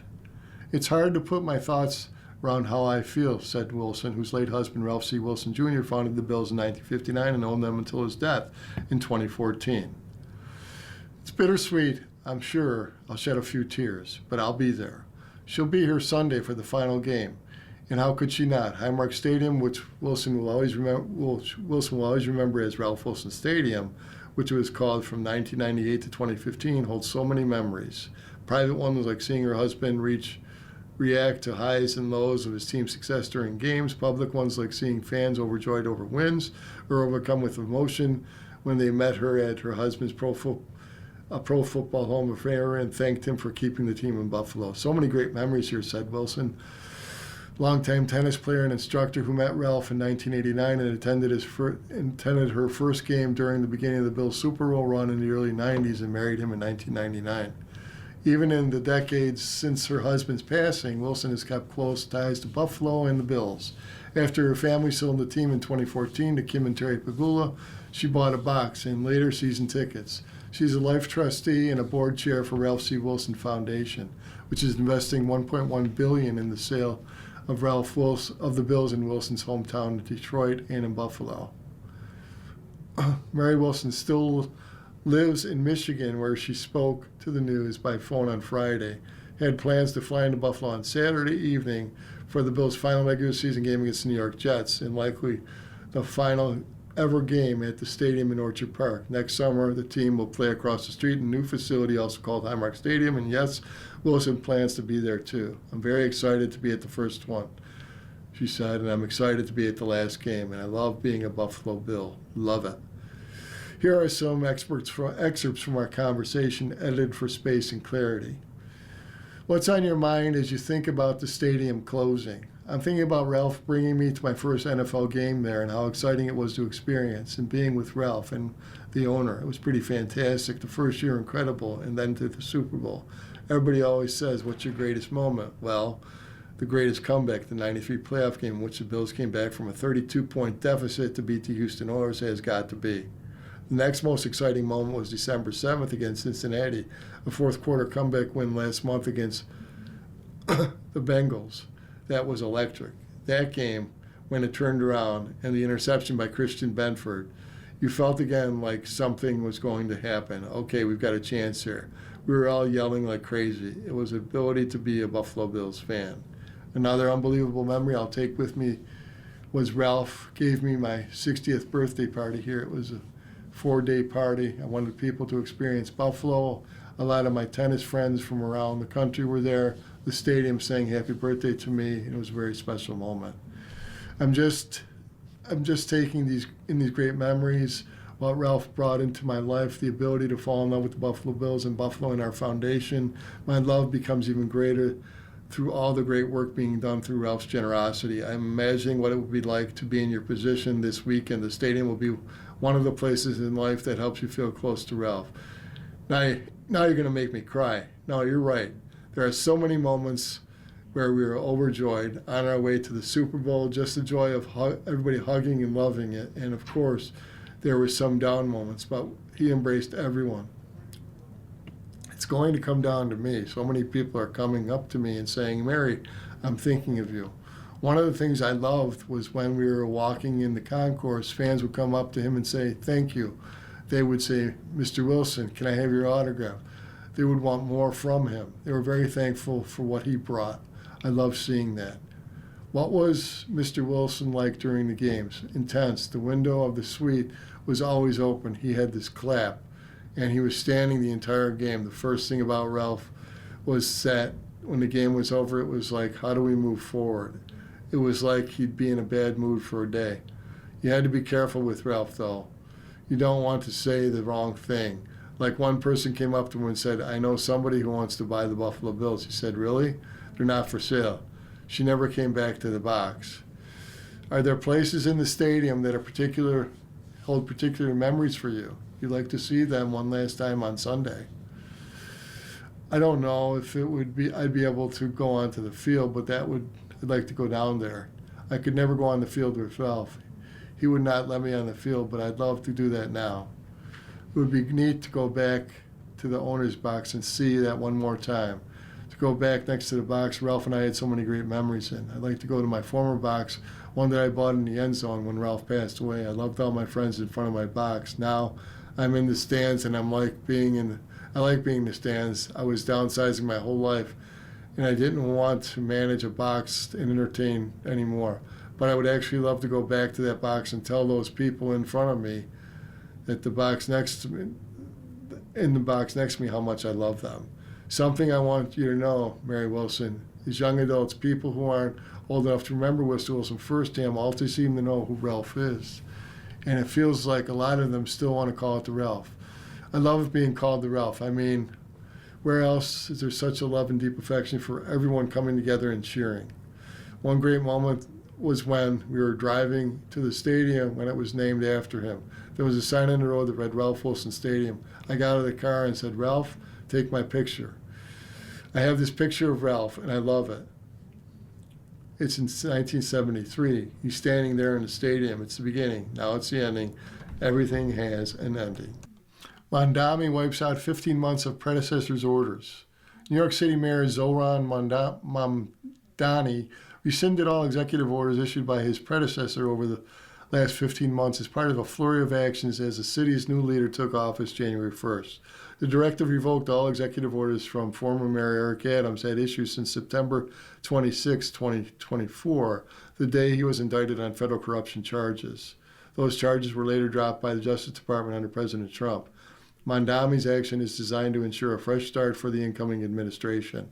Among the orders revoked were two controversial items, including one that barred certain city officials from engaging in procurement practices that discriminated against the State of Israel, Israeli citizens, or those associated with Israel. It also aligned similar guidance for cities' pension officials to prohibit divesting from Israel-related holdings. An earlier action adopted in June codified a broad definition of anti-Semitism, which some opponents said conflated criticism of Jewish government and prejudice against Jews. Adams maintained both orders were intended to support the city's Jewish community, though the orders argued the more recent action was intended to undermine Mamdani's term. Mamdani has been a vocal critic of Israel's government and has supported the boycott, divestment, sanctions movement. Mamdani issued several other orders Thursday and Friday, including one that reorganized the city's senior leadership, another that created a new office devoted to community engagement, and 3 that concerned housing and real estate. One order reestablished the mayor's office to protect tenants, a city agency created in 2019, while 2 additional missives created task forces to review city-owned sites for possible development and identity regulations and procedures that could be streamlined to accelerate the production of affordable housing. Now let's look at asking Eric. Old resentment puts damper on 50-year reunion. Dear Eric, why should I go to my 50-year high school reunion? I received a phone call from a former classmate who wouldn't give me the time of day when we were together in school. You need to go. No, thank you. The cost is outrageous. Plus, most of the people I would like to see are either not going or deceased. During my high school years, I was not treated well by some of the students. I definitely did not like my high school years. If I wasn't bullied, I definitely wouldn't have been absent so many days. I would have had better grades and maybe a 6-figure income. So, once again, is there a reason to go? No way to a reunion. Dear reunion, nope. There are some things that are unresolved from time in high school years, but it's unlikely you'll find the resolution you seek at a reunion because that's not one of the reunions are there for. Generally, moreover, you don't want to go. In the grand scheme of things, not wanting to do something is perfectly fine reason not to do it. Dear Eric, I recently learned that I have a fatal disease. Although there may be some treatments to lessen my symptoms for a while, I don't want to tell my family anything about my plight until January, so not as to spoil their holidays. I want to tell my 2 adult children, but allow them to decide when to tell their children, my grandchildren. Is it better for me to tell them all? Is it better for me to tell them all together? What's the best thing to do? Family News. Dear News, the simple, perhaps too simple answer is do whatever you feel cared for and supported. You need to feel cared for and supported. It's very thoughtful of you to think of how the news will impact your loved ones, but you have to carry this weight for a second longer than you want to. You don't want to carry it for a second longer. Your loved ones would surely do anything in their power to make this moment easier for you. So hold that idea in your mind as you decide when you and how to deliver the news. A less simple, more practical answer that you should consider is telling your children first. They're going to have different questions than your children. They're going to have different questions than your children will, and the conversation you have with them will work differently than a group conversation.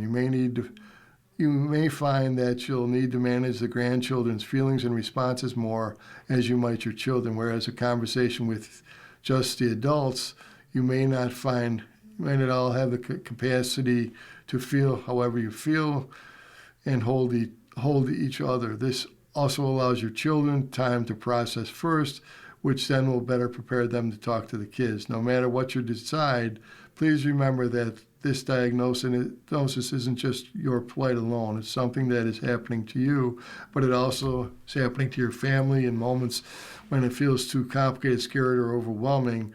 Know that when you are not alone, and you don't have to hold back what you're feeling. Dear Eric, how does a person respond when invited to dinner at someone's home who has cats and dogs? I'm not a person who hates them. I get offended and heartbroken when they are mistreated. I do not take offense when people have them in the kitchen, jumping or walking on tables when people are preparing and eating. My closest friends do not have pets, but others who do, and I would love to share a meal with them, but not at their home. How should I respond? Dear Priority, you are making too many broad generalizations about pet owners. There are plenty of people who have pets and don't get on the counter. I hope those St. Bernard owners are discouraging it for that matter as well. And there are others who keep their pet-friendly home so spotless you could eat off the counter and never find a hair. Every home is different. If you've had a personal experience with someone whose home didn't make you feel comfortable, it's fine to decline them by telling you're not a pet person and you'd prefer they come to you or that you eat out together. This allows you to bow without obfuscating the truth. Frankly, you can decline joining someone for dinner for no reason at all. You're listening to a reading of articles and features from the Buffalo News. The time is from Niagara Radio Service on the time is 30 minutes after the hour. Continuing now with sports inside the NHL. Ruff's moves show he's still the man for the Sabres, Columbus, Ohio. When it comes to the Sabres win streak, you ultimately have to be the happiest for the fans. The players, coaches, and general managers have come and gone. But the people who stood by this team and cursed it as well as who can reap all of a sudden spoils of what happened with his franchise since December 9th. With 6 of the next 7 games in KeyBank Center, you would imagine the buzz in the building will be back to levels we probably haven't seen since the last playoff season of 2010-2011. Who else am I happy for? Easy, Lindy Ruff. The coach understandably isn't going to take any accolades here. He hasn't had much. He doesn't talk much about the history during the streak, pointing out that it's been built on next game approach and that this team has to maintain. And Ruff, also known his club, really hasn't accomplished anything yet. It took a double-digit winning streak to put the Sabres in a playoff spot, one that they owned entering Saturday by a single point with 43 games and 3.5 months of hockey left to play. But you know, Ruff has to feel some vindication here. He was emotional about the firing of Kevyn Adams, with their relationship going back more than a decade, when Adams was brought in as development coach and then served an assistant at the end of Ruff's first tour of coach in the early 2010s. Ruff isn't deaf. He heard all the catcalls about Adams.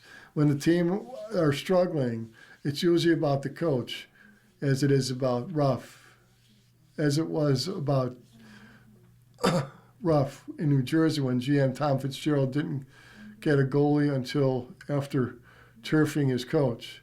But in this case, Adams' presence was simply a growing distraction for the fan base and the locker room. You can give him props for building the bulk of the roster while still saying it was time to go. Ruff then had to deal with the instant speculation fueled mostly by ESPN that new GM Jarmo Kekalainen was going to dump him for John Tortorella. It was simply bad luck for Ruff that the first game after the Adams firing was ESPN Plus affair against Philadelphia, where Tortorella was in the studio as an analyst and sure seemed to be auditioning for the Sabres job, with his telestrator uniquely noting some of the flaws in the club's play. But what happened is what may rate as the greatest GM bump in the history, combined with a competitive buy-in to what Ruff was preaching. Even when the club was losing, Ruff hadn't lost them. Think back to November 15th, comeback in Detroit when it was a 4-1 deficit, wiped out by an overtime victory. Think of all the block shots we've seen, even in losses. Teams have tuned out the coach, don't do that. And Ruff and his assistants have come up with plenty of tactical things to change the narrative. They're pushing the pace from the back end and getting monster contributions from offense from Bowen Byram and Matthias Samuels and lots of puck work from Rasmus Dahlin and Owen Power. The penalty kill has been terrific all season. Through more sealing of middle of the ice, the power play has shown much more life. Krebs on the top line, that seemed insane. It's not. Just ask Tage Thompson. Remember all the talk before last season about fixing the fourth line?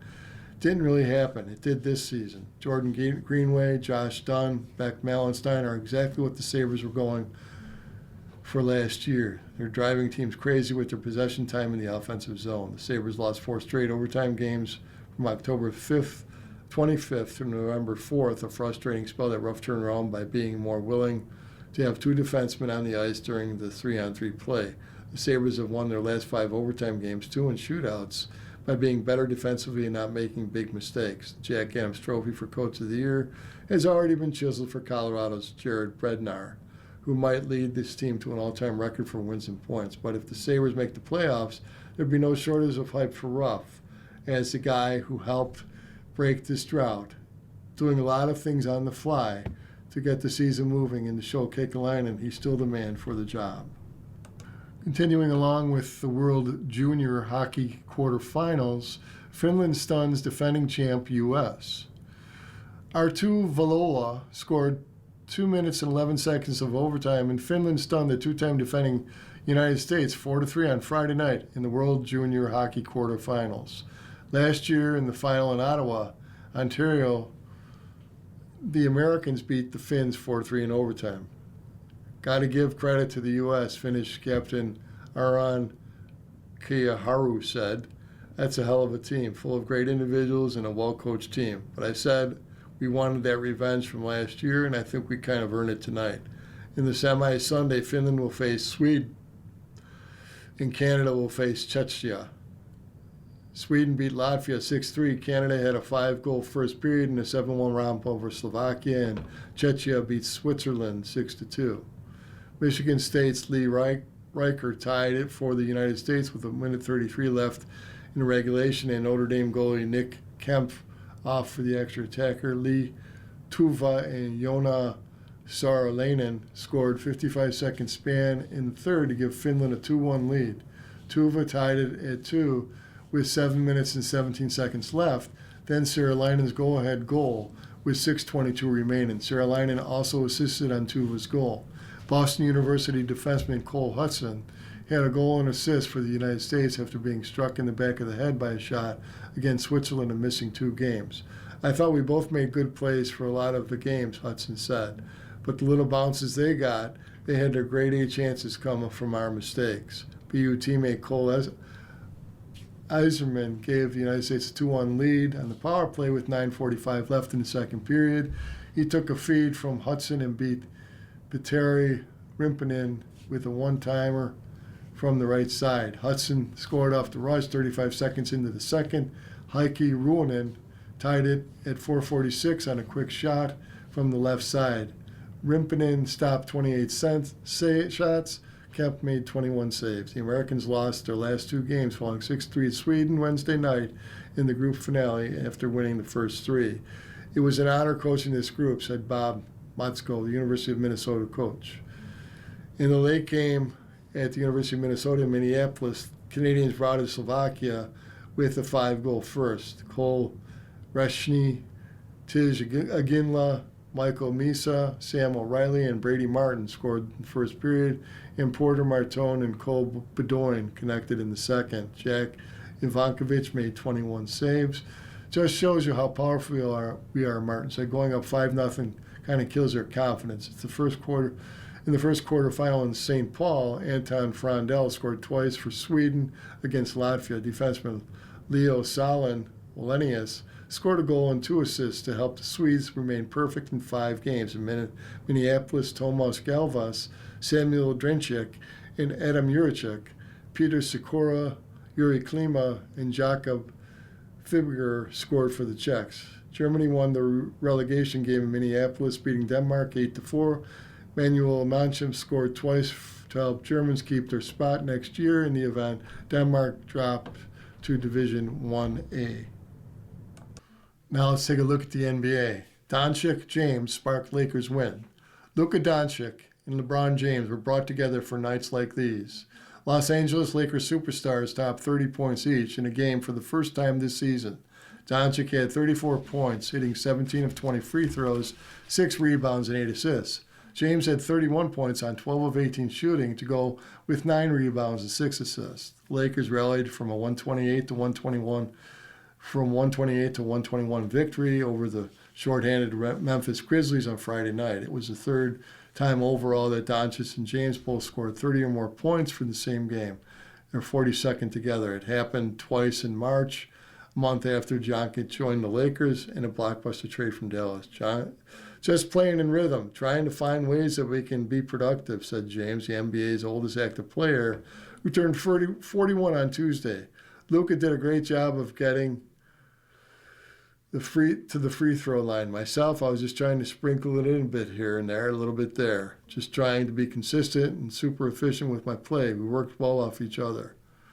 Doncic made 17 free throws, which were one off his career high, while his 20 attempts were a season high. As a team, the Grizzlies were 15 of 23 from the line. I'm trying to get a downhill a lot more than usual for me, Doncic said. But for him, he was just playing his game, attacking wherever he sees, being efficient and helping us win the games. The Lakers improved to 11-0 in clutch time this season. The game was tied in the fourth when the teams traded 1-point leads until the final 5.5 minutes. James had 10 points in the period and Doncic had 6. They combined for 5 assists and 3 rebounds. He was phenomenal. Lakers coach J.J. Redick said about James. There are just few stretches there that we make runs and the response from him. It felt like nearly every time we needed a bucket, he just kind of willed it. Doncic hit James with a 70-foot outlet pass at one point. One of our best quarterbacks, and I'm a pretty good receiver when it comes to that, James said. It's my job not to allow the defense to break that up or steal the ball.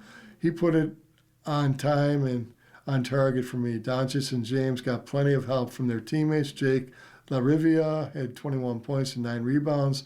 Marcus Smart had 13 points, 8 rebounds, and 7 assists. Jackson Hayes had 12 points off the bench. Them doing it actually takes the pressure and the load off LeBron and Luka, Redick said. Now let's take a look at the Bills mailbag. How to assess blame for Josh Allen being sacked 40 times this season. Welcome to the Sunday Bills mailbag. Let's get right to your questions. Mike in Hamburg asks, I keep thinking about how good the Bills' offensive line is supposed to be.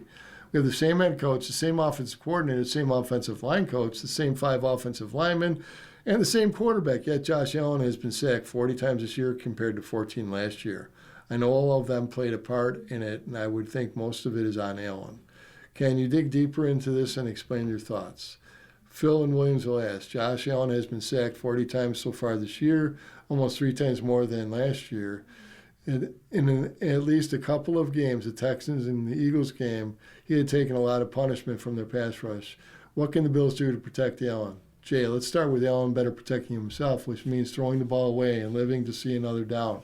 After that, the offensive line needs to win its individual matchups more often. Offensive coordinator Joe Brady also plays a part in this. He needs to be quicker to react when the other team is generating sufficient pressure on Allen. He can do that by calling different plays. Maybe that means throws that are designed to come out of Allen's hands sooner, or keeping running backs in or tight ends in to help blocking. If defense is blitz, then it's on Allen to identify where it's coming from and to get the ball out of his hands quicker. Bob in Lancaster asks, my question is, why does Allen roll right this year when he was so successful? Why doesn't he roll right this year when he was so successful in previous years? This is where he is the most dangerous and then delivers the blows instead of taking them in the pocket. It's the only reason Allen has had such a low sack rate in the year compared to this year. I'm so sick of watching him taking hard hits in the pocket, looking for open receivers instead of making something good happen when he rolls right. He has a choice of throwing the ball or run on first down. Jay, most right-handed quarterbacks are most comfortable rolling right. So it's not as if Allen has forgotten that. There could be any number of explanations for why it's happening less. Perhaps the defense is assigning a spy to Allen more often, which limits running opportunities. Perhaps Allen has it in his head that the team wants to limit the number of times he takes hits, which instinctively leads him to wanting to stay in the pocket a little longer or trying to find someone to throw to. Perhaps the foot injury in the past couple of games has made his less inclined to run and get out. No matter what the reason, your point is a good one, Bob. Allen has been at least his best when he is an improvisational aspect of his game. A lot of magic happens when he's outside the pocket. Greg Moran asks, what is the logic involved with the 10-second runoff rule after replay review, such as occurred at the end of the game Sunday? It's a quirk in the rule book, I'll admit. of being unaware to. Here is the explanation from the NFL Operations Department website. This is a 10-second runoff is if a replay review of a play after a 2-minute warning results in a non-field ruling being reversed, and the correct ruling would not have stopped the clock.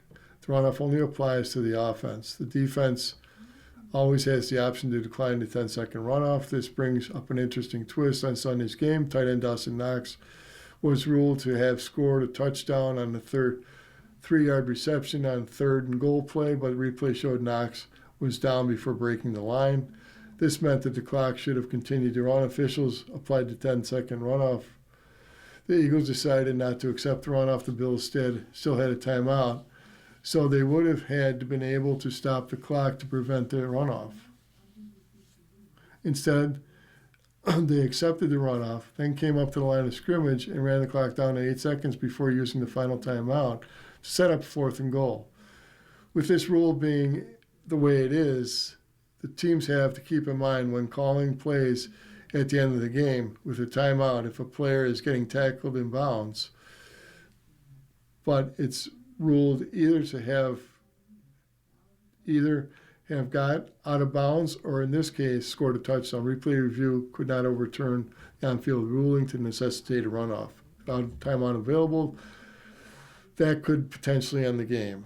Sumner Patterson asks, I think Dalton Kincaid is a great person and a player, but he's missed a lot of playing time due to injuries with 13 games played in 2024 and only 11 this year. He did make the playoff games in 23 and 24.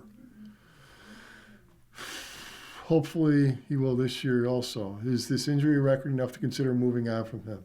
The Bills aren't going to move on from Kincaid next season, which is the final year of his rookie contract. He's due to make $4.2 million, which is relatively bargain considering what he can provide the offense when healthy. However, the team does have an interesting decision to make in early May. It's that time that Brandon Beane will have to decide if he wants to exercise a 5th-year option on Kincaid's rookie contract. According to projections from the website Over the Cap, Kincaid would earn $8.7 million in 2027 if the 5th-year option is picked up. So I wouldn't be surprised if the Bills pick up the option. Beane has the option of declining it, though, which would mean Kincaid goes into the 2026 season, final year of his contract. The reason for doing that would be a motivational tool. Either way, he'd be back to next season because of the affordability of his contract and what he's shown when healthy. Sam Mergurio asked, my question is a simple one. Did the Bills play Josh Allen against the Jets? Quite frankly, I don't think we need him to beat them. Jay, in my opinion, Allen should take the first snap of the game and extend his streak of consecutive games started, then head to the sideline. Western New York football lifers from Ron Jaworski to Tom Telesco share memories of the Bills' longtime home, remembering the Ralph. There's no spectacle in NFL like the moment from players from the Buffalo Bills and their opponents emerge from the tunnel in pregame warm-ups. Rather than trotting out from separate corners of Highmark Stadium, both teams come out the same opening behind the end zone. Fans lean over the railing, extending one hand to try to receive high five, shout words of encouragement. Opposing players and coaches are booed and heckled. It has that Coliseum vibe to it, said linebacker Joe Andreessen, that few native people say, like modern-day gladiators. And the final event in the 53-season history of Highmark Stadium likely will be Sunday when the Bills finish the regular season against the New York Jets. 4:25 p.m. Fans are ready for the new stadium to bring Orchard Park game day experience into the modern age.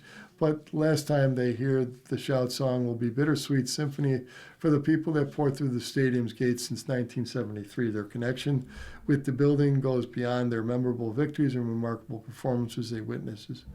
Affectionately known around Western New York as the Ralph, in honor of the former Bills owner Ralph C. Wilson Jr., the Bills home motivated numerous people who walked its concourses. To understand its profound impact, the Buffalo News spoke to current and former NFL players, scout, general manager, personnel, executive, agent, assistant coach, and head coach about their memories of the stadium. Quarterback, looking at the window on the top floor hotel room on Interstate 90 on September 17, 1981, Ron Jaworski mentally prepared for a primetime game against his hometown team. I remember just getting ready for that game, looking outside and thinking, I can't wait for this. I'm going to kick ass, Jaworski, now 74, recalled in a phone interview. You try to get yourself motivated and fired up. All day I was thinking about this opportunity to go back to Buffalo in a big nationally televised game. My hometown as a Bills fan. As a starting quarterback, I had to beat their ass. But the Eagles were paying me, so that was my job. Jaworski was a once diehard Bills fan. He'd ride his bike from his family home in Lackawanna to Camelot Inn at the Hamburg to watch the team's training camp practices. He paid $21 for season tickets to 7 Bills games at War Memorial Stadium, forever known as West New York's The Rock Pile. Jack Kemp, Daryle Lamonica were among his idols. Jaworski also and some of his college teammates of Youngstown State University would leave Ohio on a Sunday morning to attend a Bills game in the afternoon. He stood under one of the goalposts to watch Joel Namath warm up. Offensive lineman Al B. Miller handed his chin strap to Jaworski after the Bills beat the Chargers in the 1964 AFC Championship game at the Rock Pile. Jaworski wanted to be drafted by Buffalo. Instead, he returned as the villain. The bus ride down Abbott Road was unlike anything he had seen. Crowds of fans surrounded campers and buses. Boos erupted when he and his teammates emerged from the stadium's infamous tunnel. They also weren't happy when Jaworski threw 2 touchdown passes to help the Eagles beat the Bills. He walked off the field with one arm around his older brother, Bill, and the other around his nephew, Jeff, who played quarterback in Lackawanna High School. To this day, Highmark Stadium is unlike most venues Jaworski entered during his 17 NFL seasons as a player and nearly 4 decades as a broadcaster. Now stadiums are so big and spacious when you have 20, 30, or 40 feet behind the bench, but there is one old school, he said. It's that stadium. The fans are always close to the bench. They're in your face. They're in your ear. They are now called Bills Mafia, which makes it relentless. Jaworski is still a fan of the Bills. He and his wife visit the area 3 times each year. His teammates at Lackawanna High School reunite. As broadcaster, he'd request trips to Orchard Park. The Bills acknowledged his return during a preseason game in his career, even though the stadium opened one season before his NFL debut. It was his favorite visit in many ways, reminded him of the Rock Pile. Scout, 5 decades of flocking to Orchard Park introduced generations of Bills fans to the best routes to enter the parking lot surrounding the stadium. But nobody knew where to go when the first preseason game was held, August 17, 1973. Fans abandoned their cars on the side of the road and walked the rest of the way. Many did not arrive until halftime. Some who walked through the gates early chose to leave in the third quarter to try to beat the post-game traffic. I'll bet you it was halftime before everybody got in, said Greg Gabriel, 73, a senior running back at Canisius College when Buffalo lost 37-21 in the stadium's first game. As young as a 12-year-old, Gabriel would board a bus near his family's home in Snyder and get off at Best Street. He'd walk to the Bills' first home, the Rock Pile, and buy a ticket to watch from behind the snow fence that stretched around the field. The game day routes morphed around the team moved. As Gabriel got older, he and a buddy once brought a block of tickets from a Buffalo bar locker room. Then Gabriel became a season ticket holder. His love began long before the gates in Abbott Road first opened to the fans, but the memories he made from the seats inside the Stadium Bowl fueled his passion for someday working in the NFL. His favorite moments was witness O.J. Simpson rushing 219 yards in the snow-covered field to beat New England on December 9, 1973. In 1981, Bills hired Gabriel as a part-time employee in their scouting department. He earned art of talent evaluation by watching 16-millimeter film and grading each play on handwritten reports spanned 4 pages. 3 years later, he joined the New York Giants, with whom he spent 17 seasons. The career and move caused him to no longer own season tickets to his hometown team. He spent 10 seasons with the Chicago Bears, mostly as college scouting director. And as a semi-retired 74-year-old scout, he continues to accept projects that allow him to use his football knowledge he began to cultivate as a kid, marveling over Cookie Gilchrist and the Rock Pile and the Ralph. General manager, seeking a parking lot covered in trash during a bus ride to Highmark Stadium. September 21st, 2014, Tom Telesco made Tom Telesco nostalgic in a way a Bills fan could understand. It looked like Woodstock, said the Hamburg native of St. Francis High. There were beer cans everywhere. It was such a great feeling to come back to Buffalo, play a game, and actually win a game. Chargers won 22-10. Represented a full-cycle moment for Telesco because he returned as general manager of an NFL team. He started attending games in Orchard Park, 10 years old. As a high school senior, he and St. Francis lost to St. Joe's on the stadium turf.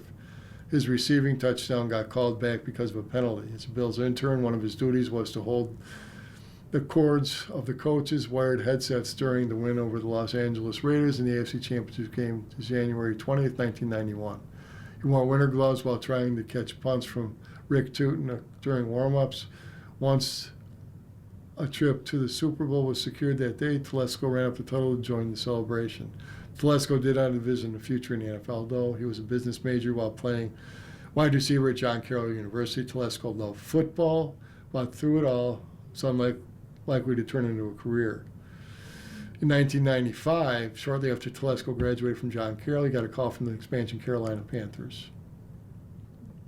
Summer internship, which he did everything from drive players to appointments to assist grounds crews with tarp, evolved for Telesco into a full-time job as scouting assistant. In 2013, he became the youngest general manager in the Chargers' history. His journey through football began inside a stadium that won't exist much longer. Telesco was the Chargers general manager from 2013 to 2023 before he spent one season in the same role for the Raiders. It's less the physical structure and just more of the memories, Telesco said. And for me, from 10 years old to 52 years old, everything in between, the memories and the stories you have from being there, it's a special place, especially if you're a football person like me who grew up in a football town. It's the memories that have you forever.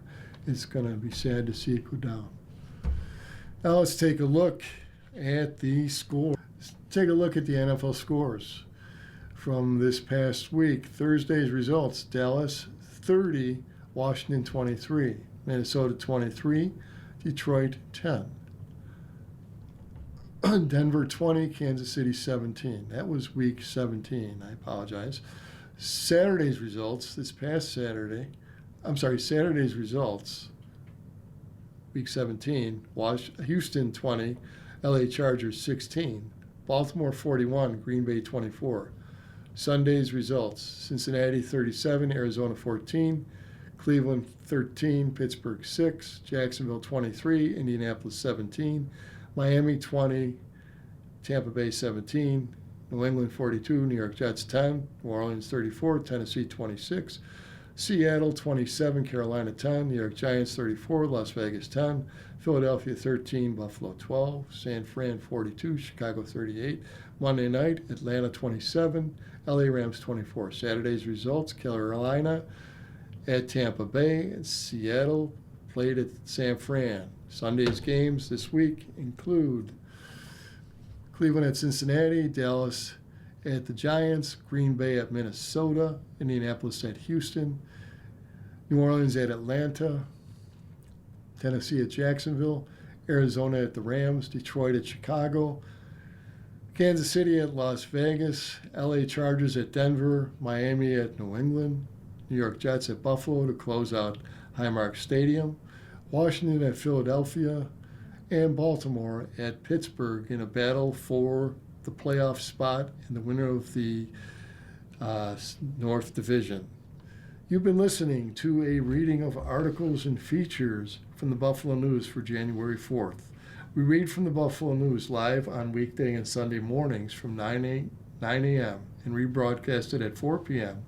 For more information, call 716-821-5555. Your readers today has been Ron Bickelman. Coming up next on the Niagara Frontier Radio Reading Service, we have a reading of Buffalo Magazine. Following that, at noon, is the Sunday Gusto. And at 1 o'clock is the Sunday front section of the New York Times. Stay with us for these readings and more.